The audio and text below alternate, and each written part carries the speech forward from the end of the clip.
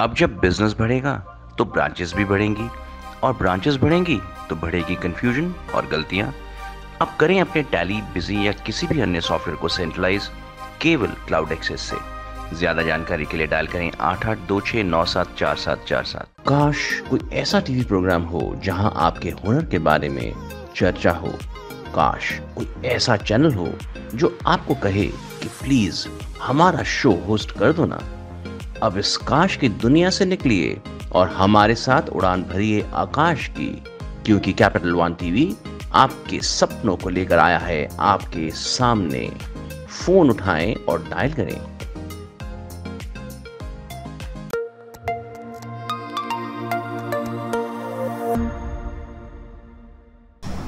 Hello viewers, welcome to my show Dr. Meenu's show Wellness 360। आज मैं आपसे एक सवाल पूछना चाहती हूँ। क्या आप दिन में थके थके रहते हैं? क्या ऐसा लगता है आपको सुबह उठने के बाद कि अभी भी नींद पूरी नहीं हुई, थोड़ी देर और सो जाऊं? दिन में बैठे बैठे कहीं पे किसी की वेट करते हैं तो बैठे बैठे सो जाते हैं, लंच के बाद सो जाते हैं, या सारा दिन इरिटेटेड रहते हैं विदाउट एनी रीज़न। क्या आप जानते हैं ये सारी आपकी जो प्रॉब्लम्स हैं ये किससे जुड़ी हैं? नींद से। जी हाँ, आपकी नींद।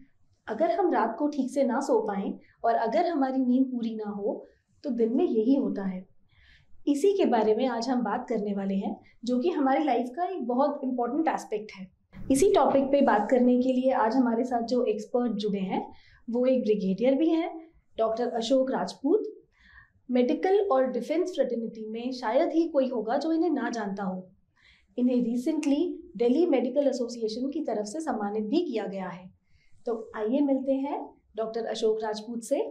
Welcome to the show doctor Rajput. Thank you. It's an honour to have you here. Doctor, सबसे पहले तो आप हमें अपनी जर्नी के बारे में बताइए। See, journey, I have a long journey. I graduated from Delhi Maulana Azad Medical College, did my post graduation, and then I joined the army as a specialist. I worked for 30 years in the army, and after that I've been practicing for last 7-8 years. My specialty is respiratory diseases, and during this time I have seen all spectrum of respiratory disease patients and illness. And when we talk about respiratory illness, for the last few years sleep apnea has been added a new tool in our diagnosis and treatment, and we are into it, and we have a center also with the name of Morpheus Healthcare Private Limited, where we perform the sleep studies and look after these patients as far as their devices and subsequent management is concerned. Okay, तो doctor, sleep तो बहुत important चीज़ है हमारी life में। अगर देखा जाए तो हम 1/3 of the life we keep sleeping, and that is what gives us the energy to take care of the rest 16 hours of life, जिसमें हम सारा कुछ मैनेज करते हैं लाइफ का। तो स्लीप एपनिया सुना तो बहुत लोगों ने है आजकल, बट बहुत लोगों को इसके बारे में ज़्यादा मालूम भी नहीं है। तो मैं चाहूँगी सबसे पहले तो आप हमारे व्यूअर्स को इस प्रॉब्लम के बारे में इंट्रोड्यूस कराएं। आप बताइए, what is sleep apnoea?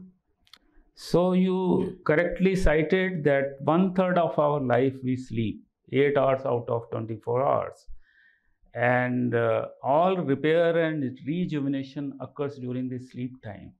It's very essential for living. Ji.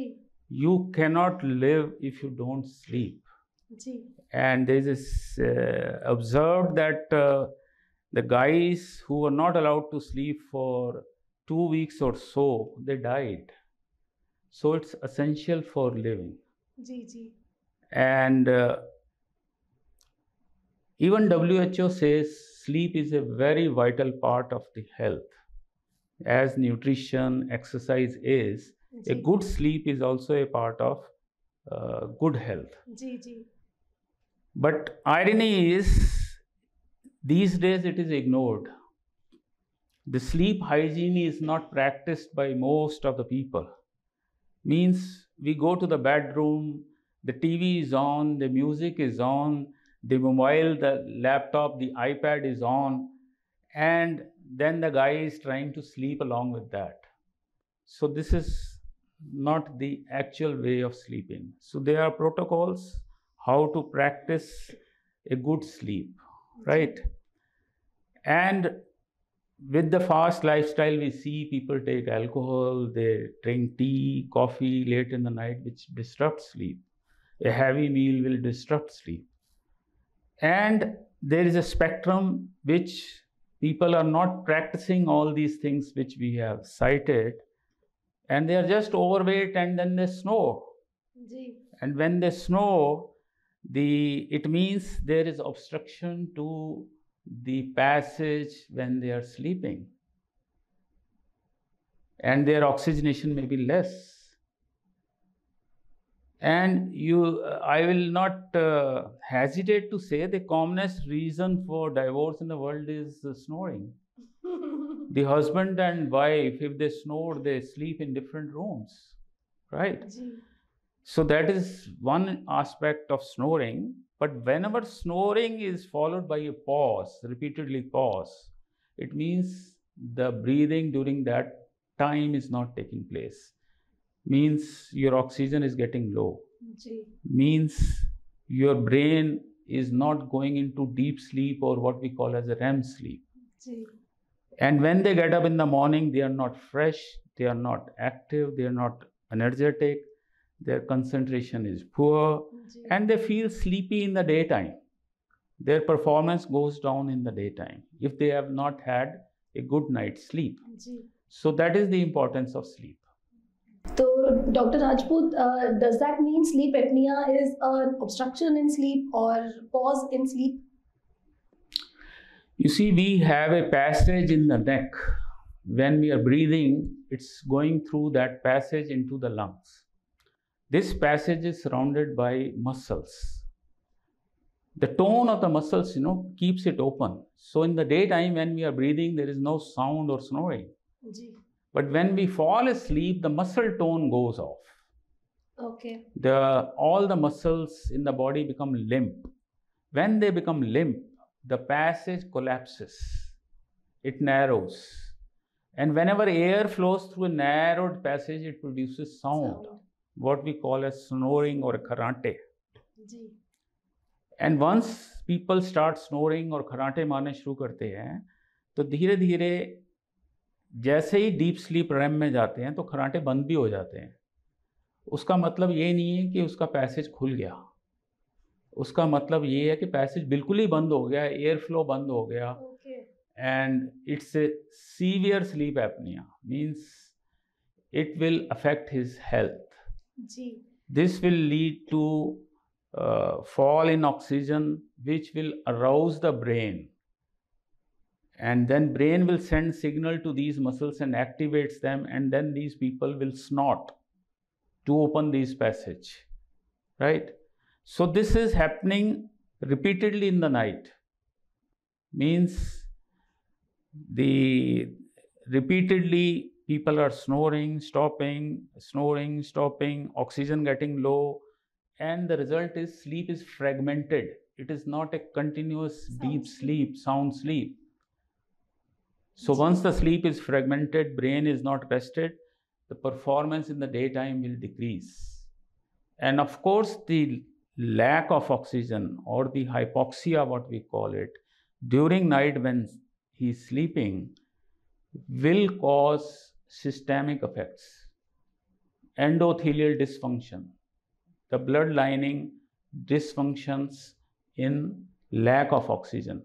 So they are prone for high blood pressure and then subsequently other cardiovascular events like heart attack and stroke. And sometimes even uncontrolled diabetes because of snoring and sleep apnea. So it has systemic effects, cause disease, and it is a disease. It's a well-recognized disease now. जी, तो doctor Rajput, इसका main reason क्या है sleep apnoea का? पहले तो हमने इसके बारे में कभी सुना ही नहीं, आजकल ही ये नई प्रॉब्लम आई है जो बहुत कॉमनली अवेलेबल हो गई आज suddenly. It has not come suddenly, ये एकदम से नहीं आई, ये पहले से थी, पर हमारी अवेयरनेस नहीं थी। जी जी। टेक्नोलॉजी के आने से, इक्विपमेंट के आने से, टेस्ट के आने से अब डायग्नोसिस आसान हो गई है। दूसरा, हमारी लाइफस्टाइल भी थोड़ी चेंज हो गई है। अभी लोगों का वेट ज़्यादा होना शुरू हो गया है जी। अननेसेसरली फास्ट फूड खाने की आदत, अल्कोहल कंज्यूम करने की आदत, स्मोकिंग की आदत, और इवन जो स्लीप पैटर्न है, लोग 12, 1, 2 बजे सोते हैं और फिर उनका जो सर्कैडियन रिदम है वो ख़राब हो जाता है। जी जी। सुबह जल्दी उठना सुबह ही चाहते हैं। लेट तक सोते रहते हैं बिल्कुल। और उनकी फिर क्वालिटी ऑफ स्लीप उससे ख़राब हो जाती है। जी। So it was there earlier. Yes, awareness has increased now, and with technology we are able to diagnose more patients. Earlier पहले क्या होता था कि खराटे आते हैं तो मतलब बढ़िया नींद आ रही है, ऐसा नहीं है। खराटे itself, snoring itself, the sound itself means it's an interrupted, fragmented sleep. तो डॉक्टर राजपूत, ये प्रॉब्लम स्लीप एपनिया किन लोगों को ज्यादा होती है? Who are more prone to get this disease? Is it heredity? Yeah, see, our face morphology, structure is dependent on genetics, the morphology of our parents, mother and father. हमारी शक्ल वैसी ही बनती है। So, some people have a structural deformity in the face, in the sense their passage is narrowed structurally. They are born with a narrowed passage. Medical language में एक माइक्रोग्नैथिया और रेट्रोग्नैथिया होता है, जिसमें चिन छोटी और पीछे होती है, जिनका रास्ता छोटा होता है जी। दूसरा, वेट गेन सडनली बहुत ज़्यादा जब लोगों का हो जाता है तो फैट जो पेट में डिपॉजिट होता है, ऐसे गर्दन में भी डिपॉजिट हो जाता है, तो गर्दन मोटी हो जाती है। जी जी। और वो फैट जो है रास्ते को नैरो कर देता है। ओके। उनको भी स्नोरिंग ज़्यादा होनी शुरू हो जाती है। थर्ड जो है, जैसे जैसे हमारी एज एडवांस होती है, हमारी मसल्स की टोन कम होती चली जाती है, elasticity. So 3 factors, either you are born with a narrowed passage, और you have accumulated lot of fat specifically in the neck, and then you are aged more than 40-45 years when the muscle tone has decreased tremendously. Okay. उसमें कई muscle disease भी होती हैं neurologically, even thyroid and other thing which can cause sleep apnoea, जबकि muscles की जो tone है उसमें कम हो जाती है। ओके। तो डॉक्टर राजपूत, स्लीप एपनिया से कौन सी प्रॉब्लम्स हमें हो सकती हैं, या किन प्रॉब्लम्स की वजह से ये प्रॉब्लम होती है? जैसा मैंने बताया कि वेट ज़्यादा is the only strong modifiable factor which is responsible for sleep apnea. जी। वेट रिलेटेड तो आपको पता ही है, बहुत सारी प्रॉब्लम होती है, ब्लड प्रेशर, डायबिटीज। पर ऐसा भी है कि स्लीप एपनिया जब वेट के साथ ज़्यादा है और ब्लड प्रेशर है और डायबिटीज़ है तो वो डेंजरस हो जाता है। ओके।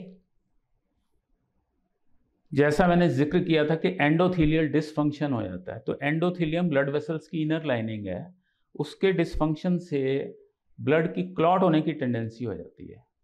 तो स्लीप एपनिया वाले पेशेंट हार्ट अटैक से, ब्रेन स्ट्रोक से, इवन पल्मोनरी एम्बोलिज्म जिसको लंग अटैक कहते हैं, ये सब प्रॉब्लम उनको आ सकती है। So it is a systemic disease. अगर इन्फ्लेमेटरी मार्कर्स देखे जाएं तो स्लीप एपनिया वाले पेशेंट में इन्फ्लेमेटरी मार्कर बहुत ज़्यादा होते हैं। ओके। जैसे कोविड में बहुत जिक्र हुआ था कि सीआरपी और इन्फ्लेमेटरी मार्कर्स बढ़ जाते हैं, बट स्लीप एपनिया के पेशेंट के भी, ओवरवेट वाले पेशेंट को भी इन्फ्लेमेटरी मार्कर बढ़े हुए थे। तो बॉडी में इन्फ्लेमेशन ज़्यादा होती है। डॉक्टर राजपूत, इसके क्या ऐसे सिम्टम्स हैं जो, जैसे मान लीजिए किसी को ये प्रॉब्लम है तो वो कैसे डिटेक्ट करे, या उसको कब पता चलेगा कि these are the symptoms and now I should go for a test to get this checked? या बहुत अच्छा सवाल पूछा आपने। इसके सिम्टम्स बहुत वाइड एंड वेरिड हैं। सबसे कॉमन सिम्टम स्लीप एपनिया वाले पेशेंट स्नोर करते हैं। जो भी साथ सो रहा है वो बताएगा कि he and she is snoring a lot, and snoring is getting interrupted by a silence, which is apnea. Okay, correct. And sometimes these patients, they wake up in the night with choking and gasping. जब बिल्कुल ही रास्ता बंद हो जाता है सांस का, उनको चोकिंग और गैस्पिंग हो जाती है। पानी पीते हैं, ये बार बार करवट बदलते हैं या टांगे हिलाते हैं, जिसको रेस्टलेस लेग सिंड्रोम कहते हैं, या यूरिन के लिए बार बार उठते हैं, नॉक्चूरिया, रात को यूरिन के लिए उठना पड़ता है उनको। कुल मिला के पेशेंट की नींद डिस्टर्ब होती है, उसको बार बार उठना पड़ता है, क्वालिटी स्लीप नहीं आती। ठीक है। और जब ये सुबह सो के उठते हैं तो उनको फ्रेश नहीं लगता, वो टायर्ड फील करते हैं, लेथार्जिक फील करते हैं, उनको लगता है कि थोड़ा और सो जाओ, नींद पूरी नहीं हुई है। और जैसे जैसे दिन बढ़ता है उनकी कंसंट्रेशन, मेमोरी, इंटेलेक्ट, इरिटेबिलिटी ज़्यादा होती चली जाती है। जी। सो थोड़ी सी सटल चेंज इन लाइफ आती है, जिसको कि अप्रिशिएट जो साथ में रह रहे हैं वो करते हैं। बट स्ट्रॉन्गेस्ट सिम्टम जो है that is snoring, excessive day time sleepiness, कि दिन में बैठे बैठे नींद आ जाती है, कार चलाते चलाते नींद आनी शुरू हो जाती है, या लंच खा के रोज़ सो जाते हैं। सो उनको रात की नींद को कंपनसेट करके दिन में सोना पड़ जाता है, या स्लीपी फील करते हैं। जी, तो डॉक्टर ये जो टेस्ट है स्लीप एपनिया का कहाँ पर जाकर होता है? Is it something very normal like the normal blood work that we get labs में? या सो आयरनी इज, इसका टेस्ट सबसे ज़्यादा कॉम्प्लिकेटेड होता है। जैसे आप सीटी स्कैन करा दी, अल्ट्रासाउंड करा दिया, एमआरआई करा दिया, ब्लड टेस्ट करा दिया, वो लैब तो जगह जगह अवेलेबल है। बिल्कुल। इसके लिए क्या है कि एक तो इस टेस्ट को रात को 6-7 घंटे लगेंगे पूरे सोते हुए उसको ऑब्जर्व करना पड़ता है। उसमें ब्रेन की एक्टिविटी ईईजी देखना पड़ता है, आंखों की एक्टिविटी ईओजी, मसल्स की एक्टिविटी जिसको ईएमजी बोलते हैं, एयर का फ्लो देखना होता है कि बंद तो नहीं हो रहा बीच में, स्नोरिंग रिकॉर्ड करनी होती है, पल्स रेट देखनी होती है, ब्लड प्रेशर सोते हुए देखना होता है, ऑक्सीजन की सैचुरेशन मॉनिटर करनी होती है, चेस्ट की movement, abdominal movement, leg movement, कोई 24-25 चैनल लगा के उनको 6 घंटे तक ऑब्जर्व करना पड़ता है। So it's a detailed test. It's a detailed test, so a mixture of many test, जिसमें आप कह सकते हो कि ईसीजी भी है, ईईजी भी है, ईएमजी भी है, और ऑक्सीमेट्री भी है, you know many things which are recorded. और फिर कंप्यूटर में उसको अगले दिन एनालाइज करते हैं। तो उससे हमें पता लगता है कि सोते वक्त इसकी एयर फ्लो कितना था, कम हुआ कि नहीं, ऑक्सीजन सैचुरेशन ड्रॉप हुई कि नहीं, और हुई तो कितनी हुई। ब्रेन की एक्टिविटी देखी जाती है कि डीप स्लीप में गया या नहीं, कितनी बार जगा रहा brain. Okay, so even the muscle movement, restless leg syndrome जो बोलते हैं, वो भी रिकॉर्ड होती है। एंड ड्यूरिंग स्लीप एपनिया उसका ब्लड प्रेशर ज़्यादा बढ़ा तो नहीं, हार्ट रेट ज़्यादा बढ़ा तो नहीं, क्योंकि टैकीकार्डिया और हार्ट रेट बढ़ना भी एक सिम्टम होता है इसमें, स्लीप एपनिया में। So all these things are correlated and then a consolidated report is generated. So उसमें एक मेन जो चीज़ निकलती है जिसको बोलते हैं AHI, एपनिया हाइपोपनिया इंडेक्स। कितनी बार सांस बंद हुआ है, कितनी बार एयर फ्लो 50% से कम हुआ है, और इंडेक्स होता है कि 1 घंटे में 10 सेकंड से ज़्यादा कितने ऐसे इवेंट हुए हैं। तो नॉर्मल इंसान के 5 से कम ही होते हैं, और माइल्ड स्लीप एपनिया होता है जब 5 से 15 बार ऐसे इवेंट होते हैं, 15 से 30 होते हैं मॉडरेट होता है, और 30 से ज़्यादा हुए तो सीवियर स्लीप एपनिया होता है। जो सीवियर स्लीप एपनिया है वो इनवेरिएबली ऑक्सीजन ड्रॉप के साथ होता है, उसकी ऑक्सीजन बहुत नीचे ड्रॉप हो जाती है, कई बार 60% 70% तक चली जाती है। Okay. So this test can be done in the sleep lab. We have a dedicated sleep lab, जैसे मैंने बताया मॉर्फियस सेंटर है हमारा। जी। वहाँ पर रात को 9 बजे पेशेंट जाता है, तो ये सारे उसके लीड्स हुकअप किए जाते हैं, वो रिकॉर्डिंग होती है, और सुबह 6 बजे पेशेंट फ्री हो जाता है, अगले दिन एनालिसिस होकर उसकी रिपोर्ट आ जाती है। ओके। कोविड के दौरान इन होम टेस्टिंग भी ज़्यादा पॉपुलर हुई कि पेशेंट्स लैब में या हमारे सेंटर में आना प्रेफर नहीं कर रहे थे, तो घर के अंदर ही वो आजकल लैब्स आ गई हैं जो कि ये सारे इलेक्ट्रोड्स लगा दिए जाते हैं, वो अपने आप रिकॉर्ड करते रहते हैं और सुबह उसको कंप्यूटर में एनालाइज कर लिया जाता है। वो इन होम टेस्टिंग भी होती है जी। तो डॉक्टर राजपूत हमें थोड़ा मॉर्फियस के बारे में और बताइए, यहाँ पे क्या क्या चीज़ें आप केटर करते हैं और ये कहाँ पर है आपका center? We have a Morpheus sleep center at Basant Kunj. वहाँ पर हम सिर्फ स्लीप स्टडी इन हाउस भी करते हैं और एट द सेंटर पेशेंट के घर में भी होती है। वो सारी वहाँ पर एनालाइज हो जाती हैं। एनालिसिस, डेटा एनालिसिस के लिए टेक्नीशियन होते हैं, वो दिन में एनालाइज करते हैं, रिपोर्ट जनरेट करते हैं। तो एक एस्पेक्ट तो है डायग्नोस्टिक, जहाँ पर वहाँ स्लीप स्टडी होती है। नंबर 2 थेराप्यूटिक, मीन्स उसका इलाज करना है, तो उसमें डिवाइसेस होते हैं, जैसे CPAP नाम सुना होगा, continuous positive airway pressure, BiPAP और AVAPs और बहुत आगे एडवांस वेंटिलेटर और रेस्पिरेटरी सिस्टम होते हैं, प्लस ऑक्सीजन कंसनट्रेटर। तो ये सारे डिवाइस इंपोर्ट होते हैं, एक्वायर होते हैं और वो पेशेंट्स के साथ लगा के उनको टाइट्रेट किया जाता है कि कितने प्रेशर पे वो ठीक हो रहा है, तो वैसा रिकमेंड किया जाता है उनको, फिर वो यूज़ करते हैं। So we are doing this aspect as sleep lab, plus I have my clinic also there where we see other aspects of the respiratory illness. जी। सिर्फ स्लीप से ही ये नहीं होता है कि कई बार क्या है कि स्मोकर्स को COPD होती है या respiratory failure due to other illnesses होते हैं जिनको कि BiPAP और वेंटिलेटर की ज़रूरत होती है जी। तो उन पेशेंट को भी मैं देखता हूँ और उनको भी वहाँ पर डिवाइस लगाया जाता है, सजेस्ट किया जाता है, उनका भी इलाज वहाँ किया जाता है। जी। तो डॉक्टर, अक्सर लोगों को सुनने में आता है कि ये इनका जो ट्रीटमेंट है, first of all the test is expensive, but I can understand when इतनी सारी चीज़ें डिटेल टेस्टिंग में हो रही हैं तो कॉस्ट तो होगी डेफिनेटली उसकी, बट लोगों का ये मानना है कि जो इसकी मशीन है BiPAP या ये भी बहुत एक्सपेंसिव है और कई लोग इसको लेने के बाद कुछ टाइम यूज़ करने के बाद सोचते हैं अब हमें इसकी रिक्वायरमेंट नहीं है and we are feeling better. तो इज दिस प्रॉब्लम रिवर्सिबल? या again you have touched a very important thing. ये वैसे ही है जैसे कि ब्लड प्रेशर वाला पेशेंट होता है, उसको BP की दवाई दो और वो BP उसका कंट्रोल में आ जाता है, वो भी बंद करता है, वो भी देखता है कि मैं तो ठीक हो गया। It is not safe even for blood pressure, it is not safe. Similarly diabetic patient जैसे शुगर नॉर्मलाइज होती है, वो बंद करने की टेंडेंसी होती है। So you have to teach these patients the importance, first why they have got this disease and why it is important to continue treatment to prevent the damage to the system, क्योंकि एक बार heart attack और stroke हो गया तो permanent damage हो जाता है। Correct. So if you are treating sleep apnea with CPAP, you are not only treating the sleep apnea, you are controlling and you are reducing the risk of heart attack and stroke in these patients. Other problems also. The control of blood pressure becomes better.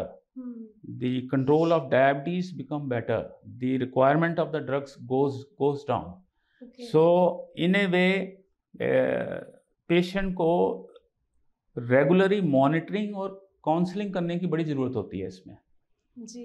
अगर patient को एक CPAP लगा के छोड़ दो तो जैसा आप कह रही हो कि वैसे ही हो जाएगा कि वो थोड़े दिनों में छोड़ सकता है। रेगुलर मॉनिटरिंग के आजकल सारे डिवाइस के अंदर एक चिप होता है जिसकी जैसे BP ब्लड प्रेशर वाला पेशेंट कम से कम महीने में एक बार ब्लड प्रेशर तो नपवाता ही है, रूटीन चेकअप। तो इसलिए ऐसे वाले पेशेंट भी 1 महीने में नहीं तो 2 या 3 महीने में उनको आके डॉक्टर से कंसल्ट करना चाहिए और चिप की एनालिसिस करके उससे पता लग जाता है कि इसने कितने दिन मशीन लगाई, कितना इसका एवरेज प्रेशर था, उसने AHI करेक्ट किया या नहीं किया, सारी इन्फॉर्मेशन मिल जाती है। तो एक बार पेशेंट को दिखा दो, समझा दो तो उसकी कंप्लायंस इम्प्रूव हो जाती है। बट आजकल क्लाउड से भी कंट्रोल हो जाता है। आजकल नई मशीनें आई हैं जो क्लाउड से चल जाती हैं, इन द सेंस कि हम अपने सेंटर में बैठे बैठे देख लेते हैं कि वो पेशेंट ने मशीन लगाई या नहीं लगाई, और क्लाउड जो है, क्लाउड के through we can see what is the pressure which is being generated in the machine, और हम सारा डेटा, सारी सेटिंग चेंज भी कर सकते हैं वहाँ से, हम अपने ऑफिस में बैठे हुए। सो all these controls have become easier with the latest technology. The control can be better. तो डॉक्टर राजपूत, मैं चाहूँगी आप हमारे व्यूअर्स को जाने से पहले एक टिप दीजिए जिससे कि वो घर बैठ के अपना एक प्रिवेंटिव मेजर के तौर पे उनके लिए बेनिफिट हो। सो मैंने जैसे टच किया था स्लीप हाइजीन। स्लीप हाइजीन एक बहुत ही इम्पॉर्टेंट एस्पेक्ट है कि सोना कैसे चाहिए। जैसे आप कभी होटल में जाते हो 5 स्टार में, आपको कमरा मिलता है शांत, बेडशीट अच्छी बनी होती है, एनवायरनमेंट अच्छा होता है, आपको नींद बहुत बढ़िया आती है। सिमिलर काइंड ऑफ एटमॉस्फेयर घर में क्रिएट होना चाहिए सोने वाले कमरे में। मीन्स हमारे बेडरूम में ये नहीं कि हम वहाँ ब्रेकफास्ट भी उसी पे कर रहे हैं और लंच भी वहीं करते हैं, चाय कॉफ़ी भी वहीं पी रहे हैं, हम म्यूज़िक भी वहीं चला रहे हैं और आईपैड से भी हम वहीं खेल रहे हैं और टीवी भी हम वहीं देखते हैं। So this tasking should not be combined with this sleep room. So you should go to sleep only when you are feeling sleepy. तो ये बड़ा इम्पॉर्टेंट है। और शाम के टाइम 4-5 बजे के बाद चाय कॉफ़ी जो ब्रेन स्टिमुलेट करती है, नींद को डिस्टर्ब करती है, वो नहीं पीनी चाहिए। अल्कोहल और स्मोकिंग नहीं करनी चाहिए। और इवन एक्सरसाइज जो पेशेंट करते हैं, लेट नाइट एक्सरसाइज का कल्चर चल रहा है, लोग 9-10 बजे जिम में जाके एक्सरसाइज करते हैं। अगर एक्सरसाइज 9-10 बजे करोगे तो बॉडी में एड्रेनलिन लेवल इतना ज़्यादा होता है कि वो ब्रेन को स्टिमुलेट करके रखता है, नींद को हैम्पर करता है। एक्सरसाइज करनी है तो दिन में सवेरे करनी चाहिए, not in the evening and the late night, it will hamper. So और भी बहुत सारे स्टेप्स हैं स्लीप हाइजीन के जो फॉलो करने चाहिए। प्लस इंसान को रेगुलर एक्सरसाइज करनी चाहिए, वेट के ऊपर कंट्रोल रखना चाहिए। आइडियल बॉडी वेट अगर मेंटेन्ड है तो आपका रिस्क ऑफ स्लीप एपनिया बहुत कम हो जाता है, बहुत कम हो जाता है। जी, थैंक यू सो मच। बहुत ही वंडरफुल टिप्स और बहुत इन्फॉर्मेटिव रहा ये session. I am very sure viewers को इससे बहुत बेनिफिट हुआ होगा।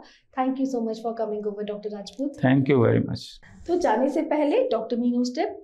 दोस्तों, अगर आपकी उम्र 40 क्रॉस कर चुकी है और अगर आपको कोई भी ऐसा सिम्टम, जैसा कि अभी डॉक्टर साहब ने इतना कुछ हमें बताया, अगर हमें ऐसी कोई भी प्रॉब्लम फील होती है, एंड स्पेशली अगर हमने रीसेंट पास्ट में बहुत ज़्यादा वेट गेन कर लिया सडनली, या अगर हम बहुत ज़्यादा स्नोर करते हैं, तो एक स्लीप एनालिसिस ज़रूर करा लेना चाहिए। It is not that we have sleep apnea only. हो सकता है कई बार माइल्ड स्लीप एपनिया हो which can be cured just by little prevention और सम लाइफस्टाइल चेंजेस, और because prevention is always better than cure. ये स्लीप एनालिसिस हमें सिर्फ स्लीप एपनिया के लिए नहीं, लेकिन और भी होने वाली लाइफस्टाइल डिसऑर्डर्स के लिए एक बहुत अच्छा प्रिवेंटिव मेजर रहेगा। Thank you.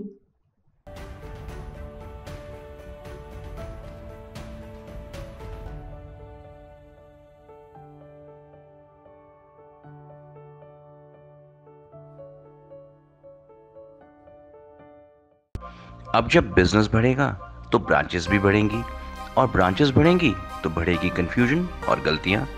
अब करें अपने टैली, बिजी या किसी भी अन्य सॉफ्टवेयर को सेंट्रलाइज केवल क्लाउड एक्सेस से। ज्यादा जानकारी के लिए डायल करें 8826974747। काश कोई ऐसा टीवी प्रोग्राम हो जहां आपके हुनर के बारे में चर्चा हो। काश कोई ऐसा चैनल हो जो आपको कहे कि प्लीज हमारा शो होस्ट कर दो ना। अब इस काश की दुनिया से निकलिए और हमारे साथ उड़ान भरिए आकाश की, क्योंकि कैपिटल वन टीवी आपके सपनों को लेकर आया है आपके सामने। फोन उठाएं और डायल करें